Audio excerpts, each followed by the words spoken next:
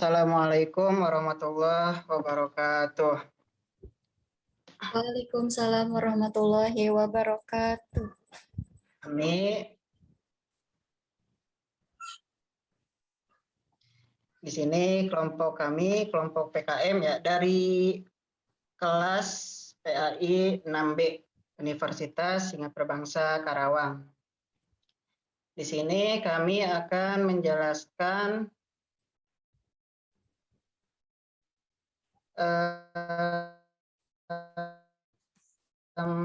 hadis tentang To'un. Di sini ada beberapa orang yang akan menjelaskan ya. Untuk hadis dan terjemah akan dijelaskan oleh saudari Puput. Secara hadis akan dijelaskan oleh Novia Nursiba. Kemudian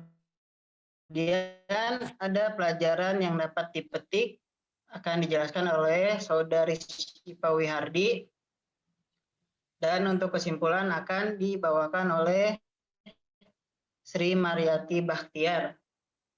Sebelumnya, marilah kita membaca Bismillahirrahmanirrahim. Pertama, untuk hadis dan terjemah akan dijelaskan oleh saudari Puput Ananda.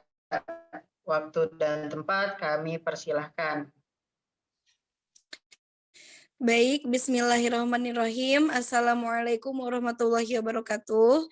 Perkenalkan, nama saya Puput Ananda. Di sini saya akan membacakan Wabato'un. Bismillahirrahmanirrahim.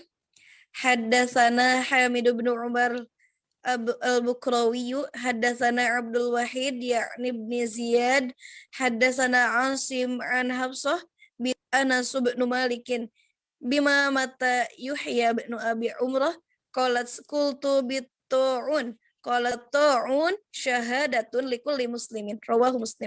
Yang artinya menceritakan kepada kami Hamid bin Umar al-Bakrawi, menceritakan kepada kami Abdul Wahid bin Ziyad, menceritakan kepada kami Asim dari Hafsah binti Sirin.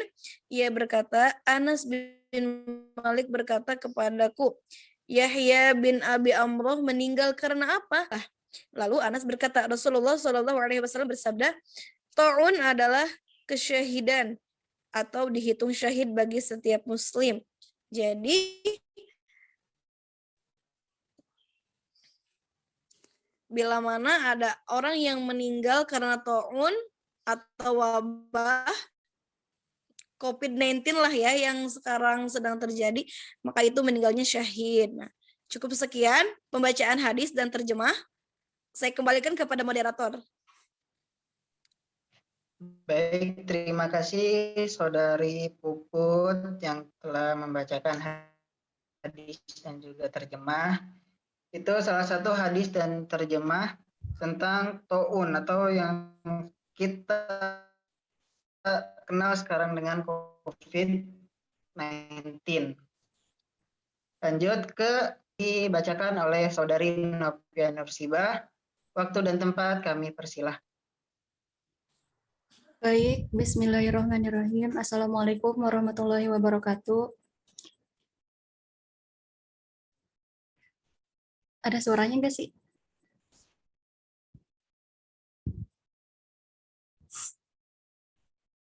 Secara hadis, Ibnu Hajar al-Asqalani memaparkan perbedaan pendapat mengenai penyebab orang yang mati syahid disebut syahid, diantaranya yang pertama ada pendapat An-Nadhr bin Shumail, karena orang yang mati syahid pada hakikatnya dia itu hidup, seakan-akan ruhnya hadir dan menyaksikan.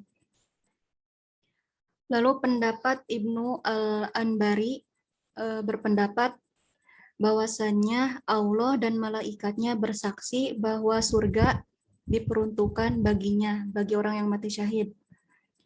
Lalu yang ada pendapat lain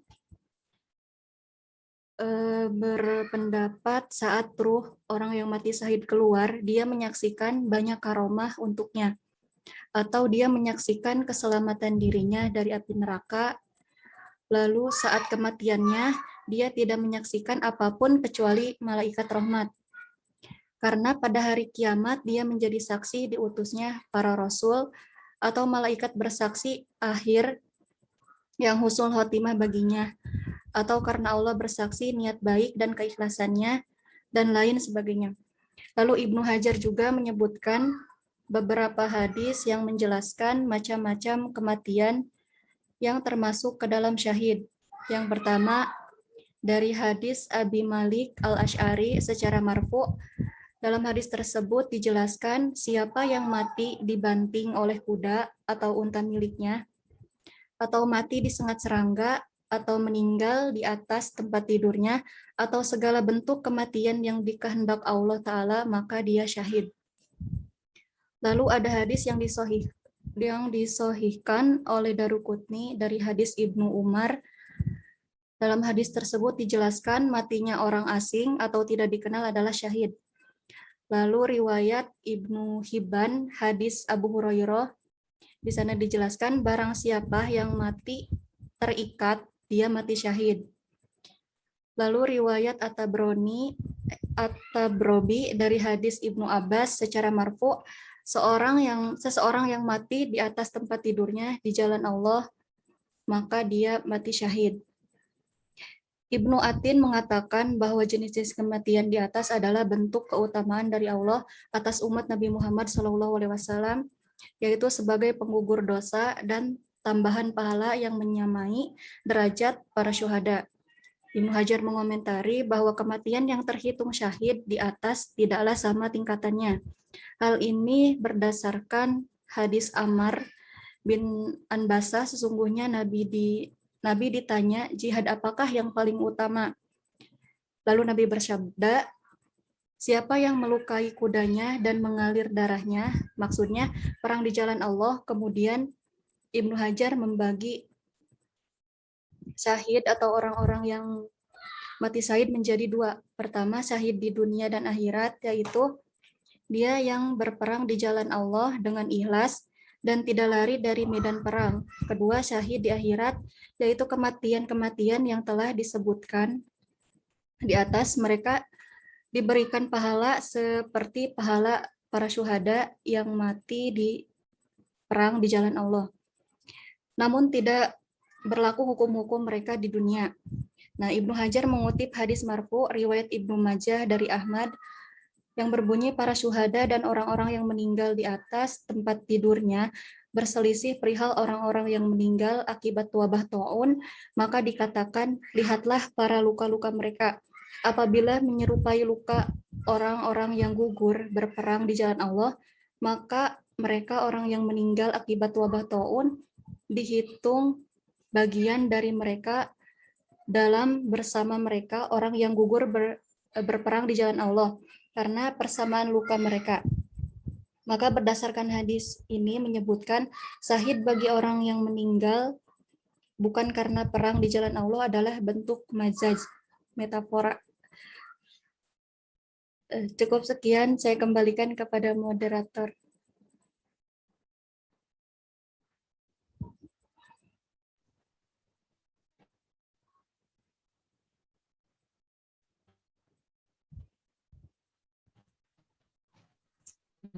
Baik, terima kasih untuk saudari Novia Nursibah yang telah memberikan secara hadis ya, secara hadis.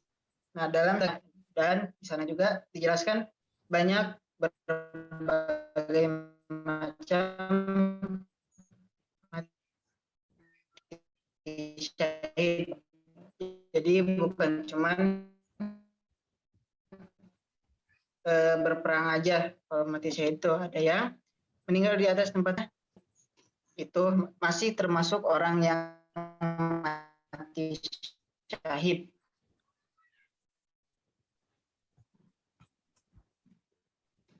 Selanjutnya yaitu pelajaran yang dapat bagian ini Pak Wihardi. Waktu dan tempat kami persilahkan.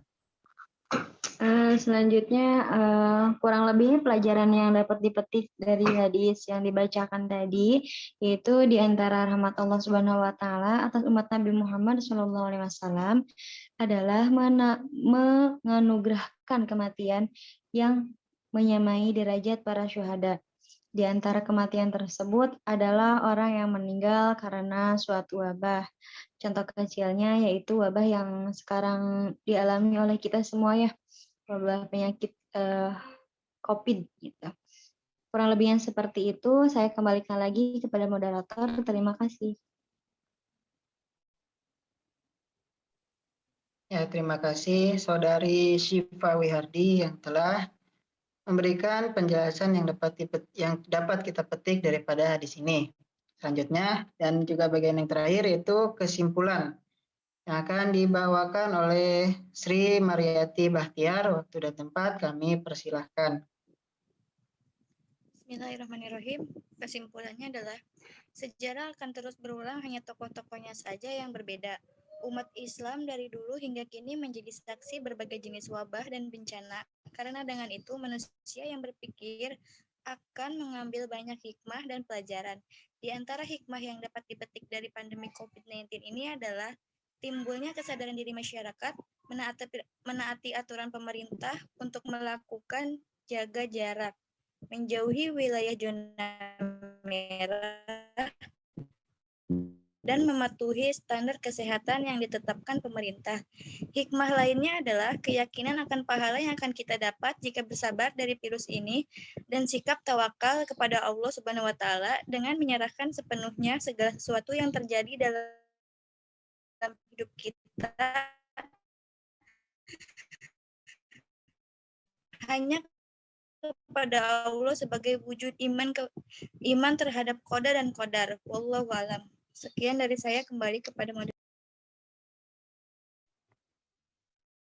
Baik, terima kasih kepada Saudari Sri Mariati Bahtiar yang telah memberikan kesimpulan untuk pelajaran pada hari ini. Mungkin cukup sekian dari kami. Mohon maaf bila mana masih banyak kekurangan. Semoga apa yang sudah kami sampaikan bisa menjadi masih ada banyak kekurangan dan juga kesalahan dari kami, khususnya saya sendiri. Dan saya ucapkan terima kasih kepada semua teman-teman yang sudah hadir, baik itu teman-teman dari FAI sendiri, ya ada teman-teman dari FAI, dan tak lupa dari terusnya dari Fakultas Tektan.